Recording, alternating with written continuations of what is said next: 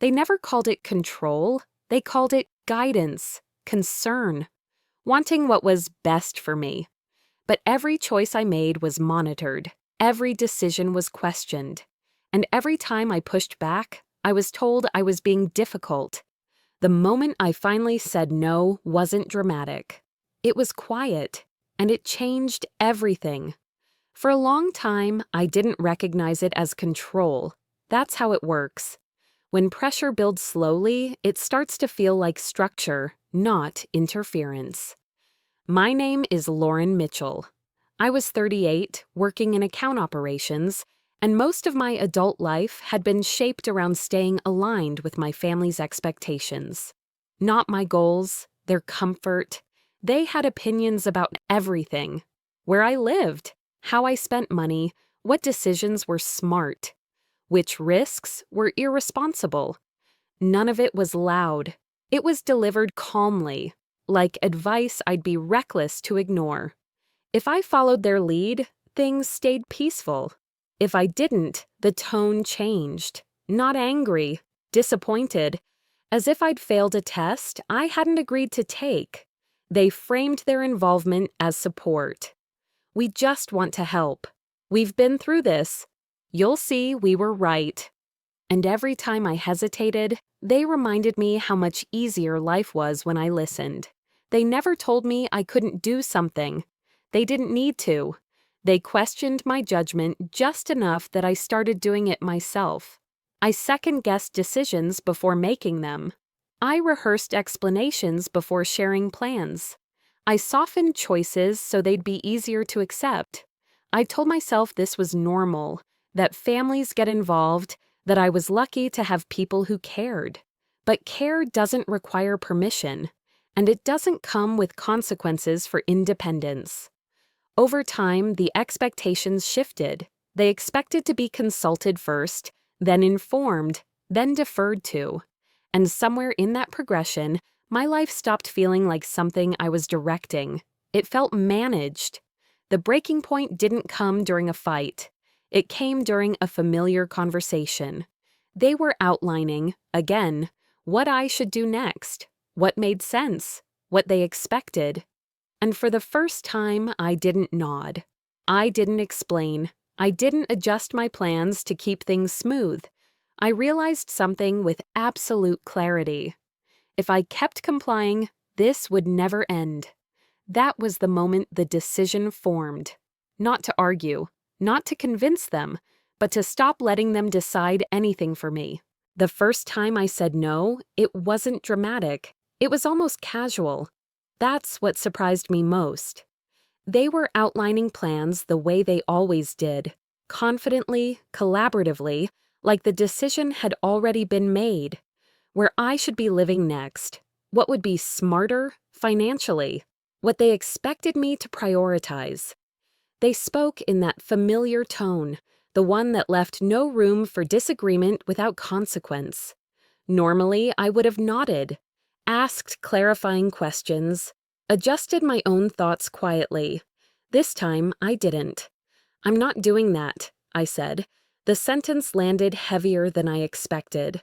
Not because it was loud, but because it wasn't softened. My mother blinked, like she'd misheard me. "What do you mean?" she asked. I didn't explain. "I've already decided," I said. The concern vanished instantly, replaced by something sharper. Confusion first, then disbelief, then irritation. They asked why, not out of curiosity, out of challenge. I felt the familiar reflex, the urge to justify, to make it make sense, to reassure them that I wasn't rejecting them. I didn't give in. "I'm comfortable with my decision," I said. That was it. No defense, no context. The room went quiet, not stunned, unsettled, because they weren't used to decisions that didn't pass through them first. The pressure followed quickly. "You're being impulsive. You're not thinking this through. We're just worried about you." Each sentence was framed as care, but it carried weight. The implication was clear. If something went wrong, it would be my fault for not listening. I didn't argue. I didn't counter their points. I didn't reassure them that I'd reconsider. I let the discomfort sit. That's when the tone shifted again. Not concern, control. "Well," my father said slowly, "don't expect us to clean it up if this goes badly." There it was, the consequence. For the first time, I saw the pattern clearly. Support had always been conditional, approval had always been earned, and independence had always come with punishment. Something settled in me then, not anger, resolve. I realized this wasn't about one decision.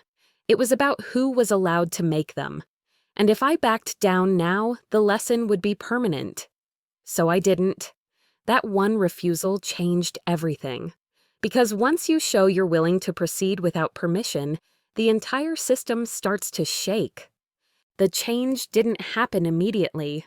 At first, things just felt off. Texts took longer to come through. Phone calls became shorter. Plans were mentioned without specifics. Nothing I could confront, nothing I could quote, just a steady cooling. Then the language shifted. "You've changed. You're being distant. We don't recognize you anymore." Not accusations, observations, the kind meant to pull you back into line. They framed my decision as a phase, something I'd snap out of once reality caught up with me. They offered advice I hadn't asked for, warnings I hadn't invited, reminders of what I'd lose if I kept going this way, always framed as concern. When I didn't respond the way they expected, the pressure escalated.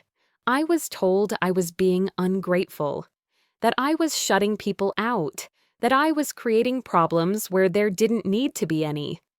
The irony didn't escape me. They called it family unity. But unity had always meant compliance. Someone finally said what everyone else had been implying. "This isn't how family works." What they meant was clear.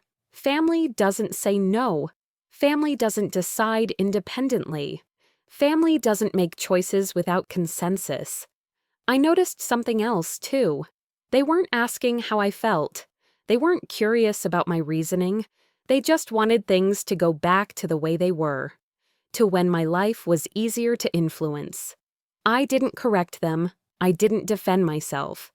I didn't explain what had led me here, because explanation would have reopened negotiations, and I wasn't negotiating anymore. The distance grew naturally after that. I wasn't excluded outright. I was slowly deprioritized. Information came secondhand. Invitations arrived last minute. Decisions were made without me, then framed as misunderstandings. They told themselves a story, that I was being dramatic, that I was difficult, that I'd pushed myself out. That story made it easier for them. It meant they didn't have to look at what had actually changed. What had changed was simple. I stopped participating in systems that required me to surrender control over my own life. The hardest part wasn't the distance. It was realizing how conditional the closeness had always been, how quickly support turned into leverage, how easily love was reframed as authority. By the time they noticed I wasn't coming back around, the decision was already settled, not announced, not argued, just lived. The strangest part wasn't the distance, it was the calm. Once I stopped waiting for approval, things got quieter. Inside me, not around me. I wasn't rehearsing conversations anymore. I wasn't bracing myself before making decisions. I wasn't checking in to see how my choices would be received. I just made them. They didn't like that. They called it withdrawal. They called it cold. They said I was shutting them out. But that wasn't what I was doing. I was shutting control out. Life didn't suddenly become easier. There were moments of doubt, moments where guilt crept in, moments where I wondered if I should smooth things over just to restore the old peace. But I realized something important. The peace I missed had always been conditional. Without their constant input, my life felt mine. Decisions felt cleaner, mistakes felt manageable, success felt earned. Even the hard days felt honest. They tried one last time to pull me back. Not with anger, with nostalgia. Remember how close we used to be? I did, and I also remembered how small I'd felt inside that closeness. I didn't argue, I didn't explain, I didn't defend myself. I just said, I'm good where I am. And for the first time, I meant it. They may never agree with my choice. They may always believe I changed. But what they never acknowledged is that I finally stopped letting them decide who I was allowed to be. My family tried to control my life. They thought I'd bend eventually. They thought I'd come back once things cooled down. What they didn't expect was that saying no once would teach me how to keep saying it, without guilt, without fear, and without explanation. Because walking away wasn't about punishment. It was about ownership. And once you take your life back, you don't ask permission to live it again.